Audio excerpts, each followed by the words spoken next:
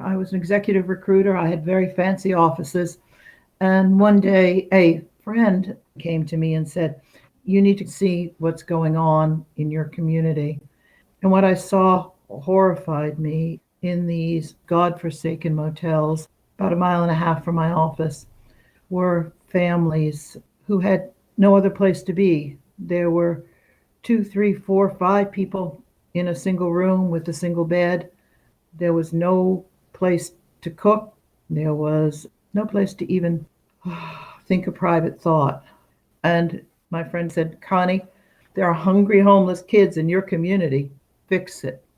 Well, I took up the challenge and started a program called HomeFront that takes care of our community's homeless families. 30 years later, we're still fighting the fight. Any favorite stories from your journey over 30 years?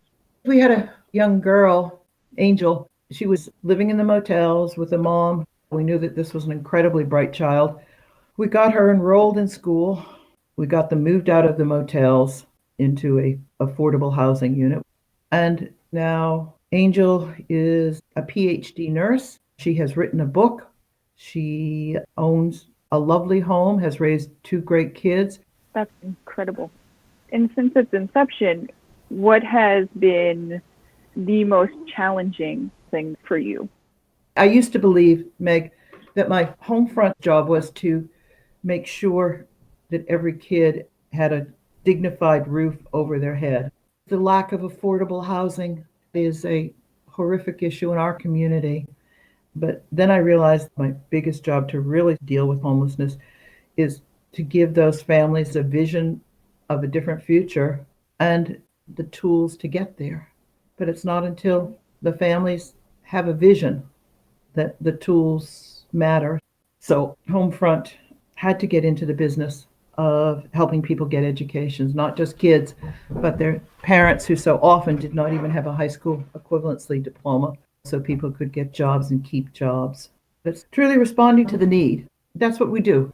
Yes, absolutely. You may be burnt out and the world may be crumbling, but you're part of something that's so much bigger than you and really changing lives.